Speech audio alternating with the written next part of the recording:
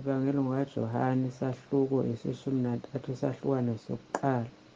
Kwathi ngaphambi komkhosi wePhasika uJesu azi ukuthi isikhathi sakhe sifikile ukuba amuke kuleli zwe aye kuyise. Abathandile abakhe abasezweni wabathanda kwaze kwaba sekupheleni. Sekudliwa, uSathane esekufake enhliziyweni kaJuda Iskariyothi kaSimoni ukuba amkhaphele. UJesu ekwazi ukuthi uyise umnikele konke ezandleni zakhe nokuthi wavela kuNkulunkulu futhi ubuyela kuNkulunkulu.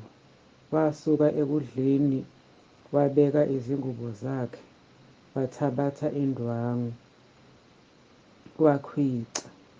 Emva kwalokho wathela amanzi emcengezini, waqala ukugeza izinyawo zabafundi, wazisula ngendwangu abekhwice ngayo. Wafika-ke kuSimoni Petro wathi kuye, "Nkosi, wena ugeza izinyawo zami na?" UJesu waphendula wathi kuye, "Lokhu engikwenzayo awukwazi manje, kodwa uza kukuqonda emva kwalokhu." UPetro wathi kuye, "Awusoze wageza izinyawo zami naphakade." UJesu waphendula wathi, "Uma ngingakugezi, awunasabelo nami." USimoni Petro wathi kuye, "Nkosi, akungabi zinyawo kodwa kepha nezandla nekhanda." UJesu wathi kuye, "Ogeziweyo kadingi lutho, kuphela ukugezwa izinyawo, kepha ugezekile wonke. Nina-ke nigezekile, kodwa angisho nonke." Ngokuba emazi obeza kumkhaphela, kungalokho athi, "Anigezekile nonke." Esegeze izinyawo zabo, wathabatha izingubo zakhe, wabuye wahlala, wathi kubo, "Niyakwazi yini engikwenzileyo na? Ningibiza nithi Mfundisi, Nkosi, nisho kahle ngokuba ngiyikho.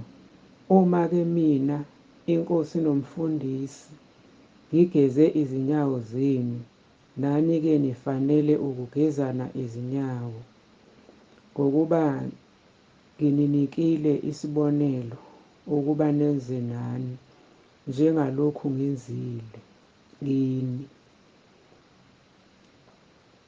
Ngiqinisile ngithi kini, inceku ayinkulu kunenkosi yayo, nothunyiweyo kamkhulu kunomthumileyo. Uma nazi lokho nibusisiwe uma nikwenza. Angikhulumi ngani nonke, ngiyabazi engibakhethileyo, kodwa kugcwaliseka umbhalo othi, "Odla isinkwa sami ungiphakamisele isithende sakhe." Kusukela manje ngiyanitshela, kungakenzeki ukuba nxa sekwenzeka nikholwe ukuthi nginguye. Ngiqinisile ngithi kini, owamukela engimthumayo wamukela mina, ongamukelayo mina wamukela ongithumileyo. UJesu eseshilo lokho wakhathazeka emoyeni, wafakaza wathi, ngiqinisile ngithi kini, omunye wenu uyakungikhaphela." Abafundi babhekana bengabaza ukuthi ukhuluma ngobani. Kwakuhlezi ekudleni omunye wabafundi bakhe uJesu amthandayo, encike esifubeni sikaJesu. USimoni Petro wayesemqhweba ethi, "Yisho ukuthi ubekhuluma ngobani na?" Yena encike esifubeni sikaJesu wathi kuye, "Nkosi, ngubani na?" Ngakho waphendula uJesu wathi, "Yilowo engiyakumcilisela ucezu, ngimnike lona." Eselucilisile-ke ucezu, walunika uJuda Iskariyothi. Emva kocezu uSathane wayesengena kuye, wayesethi kuye uJesu, "Okwenzayo kwenze masinyane." Kepha akabakho kwababehlezi ekudleni owayekwazi lokho ukuthi usho ngani kuye. Kepha abanye bacabanga ukuthi ngokuba uJuda ephethe isikhwama, uJesu uthi kuye, "Thenga esikuswele emkhosini," noma ukuthi kabela abampofu okuthile. Kuthe eseluthathile ucezu waphuma masinyane, kwakusebusuku. Ngakho-ke esephumile, uJesu wathi, "Kaloku iNdodana yoMuntu ikhazimulisiwe, noNkulunkulu ukhazimulisiwe kuyo. Uma uNkulunkulu ekhazimulisiwe kuyo, noNkulunkulu uyakuyikhazimulisa kuye. Uyakuyikhazimulisa masinyane. Bantwanyana, ngisekhona nani isikhashana. Niyakungifuna nanjengalokho ngasho kubaJuda ukuthi lapho ngiyakhona ningeze nina, ngisho nakinina manje.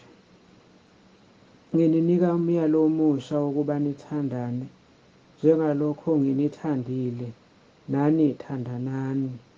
Ngalokho bonke bayakwazi ukuthi ningabafundi bami uma nithandana." USimoni Petro wathi kuye, "Nkosi, ungayaphi na?" UJesu waphendula wathi, "Lapho ngiyakhona ungengilandele kalokhu, kepha uyakungilandela kamuva." Wathi kuye uPetro, "Nkosi, ngikulandele kalokhu ngani na? Ngizakudela ukuphila kwami ngenxa yakho." UJesu waphendula wathi, "Uzakudela ukuphila kwakho ngenxa yami na? Ngiqinisile ngithi kuwe, iqhude alikukhala ungakangiphiki kathathu."